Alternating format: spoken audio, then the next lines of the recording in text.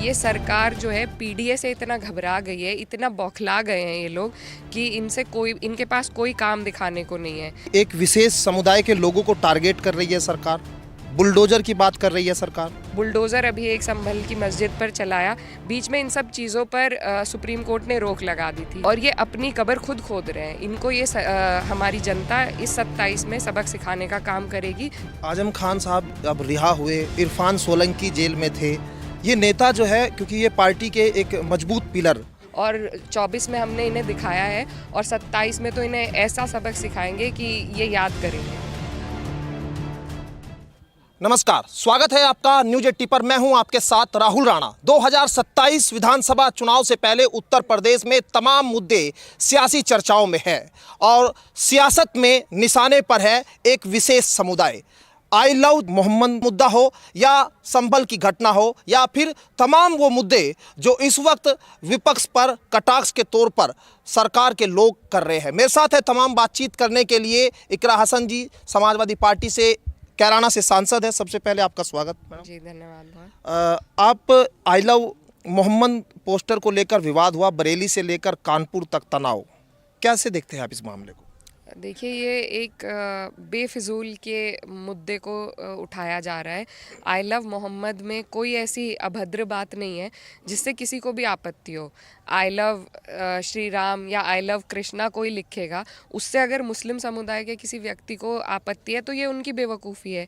यही सेम बात दूसरे समुदाय पे लागू होती है।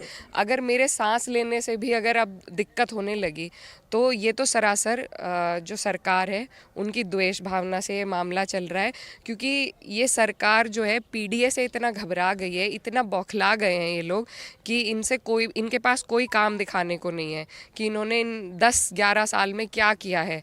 ख़ास तौर पर उत्तर प्रदेश सरकार की अगर आप बात करें, इन्होंने हाईवे बनाए उनके क्या हालात हैं वो सबके सामने है। एक जो चित्रकूट जाता है वहाँ पे हमारा बहुत जाना हुआ, तो वहाँ उस हाईवे के क्या हालात हैं वो वहाँ के लोग समझते हैं, जो उन पर सवारी कर रहे हैं वो समझते हैं। 300 किलोमीटर अगर आप उस पर चढ़ गए, आपको कोई पेट्रोल पंप भी नहीं दिखेगा।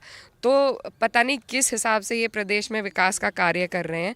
और क्योंकि दिखाने को रिपोर्ट कार्ड में जब कुछ नहीं है और धीरे धीरे इन्हें अपने खिलाफ माहौल बनता दिख रहा है, तो वापस जो एक काट की हांडी इन्हें चढ़ानी आती है, हिंदू मुस्लिम कर देते हैं।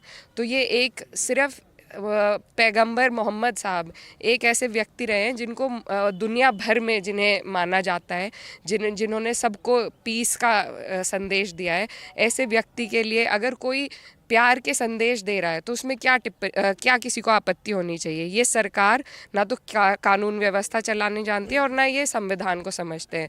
तो जो लोग संविधान को ही नहीं समझते, ऐसे लोगों को सत्ता में रहने का अधिकार नहीं है और ये अपनी कब्र खुद खोद रहे हैं। इनको ये हमारी जनता इस 27 में सबक सिखाने का काम करेगी। जो जनता के मुद्दे हैं, जनहित के जो मुद्दे हैं, आज हमारे लोग बिजली की समस्या से त्रस्त हैं। आज़ादी के इतने साल बाद भी बिजली, पानी, सड़क, इनकी व्यवस्था सरकार करा नहीं पा रही है और सिर्फ हम लोगों को आपस में लड़ाने के अलावा इनके पास कोई रास्ता नहीं है। बीच में इन सब चीज़ों पर बुलडोज़र अभी एक संभल की मस्जिद पर चलाया, बीच में इन सब चीज़ों पर सुप्रीम कोर्ट ने रोक लगा दी थी, इन पर शिकंजा कसा गया था। अब जब इन्हें अपनी सियासी ज़मीन खिसकती दिख रही है तो इनके पास और कोई रास्ता है नहीं। इनकी राजनीति सिर्फ हिंदू मुस्लिम से चलती है, वही ये दोबारा उठाने का मामला कर रहे हैं। मेरी आपके माध्यम से अपने लोगों से यही अपील है कि इनके फेंके हुए पासों में ना पड़े। ये जो भी कह रहे हैं इन्हें करने दीजिए। हमें सब्र और संयम से काम लेना है और सब्र करने वाले के साथ ऊपर वाला होता है और हमें पूरी उम्मीद है कि इस सरकार को जड़ से उखाड़ के फेंकेंगे हम 27 में। आप जिस तरह से कह रहे हैं कि एक विशेष समुदाय के लोगों को टारगेट कर रही है सरकार, बुलडोजर की बात कर रही है सरकार, क्योंकि पीडीए इतना मजबूत होता जा रहा है कि ये सरकार डर गई है। अब एक विशेष समुदाय नहीं रहा है। अब जितने भी लोग प्रताड़ित हैं, पीड़ित हैं इस सरकार से, वो सब एकजुट हो रहे हैं, उनकी एकता बढ़ती जा रही है। तो उसमें टारगेट करके एक कम्युनिटी को ये अलग करना चाह रहे हैं। लेकिन अब इनकी ये जो पॉलिसी है ये चलेगी नहीं। अब हर आदमी जो इनसे परेशान है, 36 बिरादरी हमारे साथ है, पीडीए के साथ है, समाजवादी पार्टी के साथ है और 24 में हमने इन्हें दिखाया है और 27 में तो इन्हें ऐसा सबक सिखाएंगे कि ये याद करेंगे। आजम खान साहब अब रिहा हुए, इरफान सोलंकी जेल में थे। ये नेता जो है, क्योंकि ये पार्टी के एक मजबूत पिलर अब बाहर आए हैं, कैसे देखते हैं अब आगे 2027 में क्या रहेगी रणनीति आगे? देखिए, इतनी बड़ी कठिनाई को पार करने के बाद ऊपर वाले का बहुत शुक्र है कि आज वो लोग रिहा हुए हैं, और हम अपने देश की न्यायपालिका का भी धन्यवाद करते हैं कि आखिरकार इंसाफ की जीत हुई, और इतने लंबे वक्त में वनवास काटने के बाद हमारे आज़म खान साहब, इरफान सोलंकी साहब बाहर आए हैं। तो ये तमाचा इस सरकार के मुंह पे, और इस सरकार ने लगातार ऐसे लोगों को जो मजबूत अपनी समाज में लीडरशिप रखते थे, उन पे ज़बरदस्ती झूठे आरोप थोप थोप कर उन पर कार्रवाई करी है। मेरे भाई के साथ भी ऐसा ही हुआ था, लेकिन जो झूठ है वो ज़्यादा दिन तक नहीं चलता, और आज वो लोग हमारे बीच हैं। ये खुशी की बात है, और इससे पार्टी को मजबूती मिलेगी, और हमें उम्मीद है कि आज़म खान साहब पार्टी का नेतृत्व करके हमें 27 में जीत दिलाने का काम करेंगे।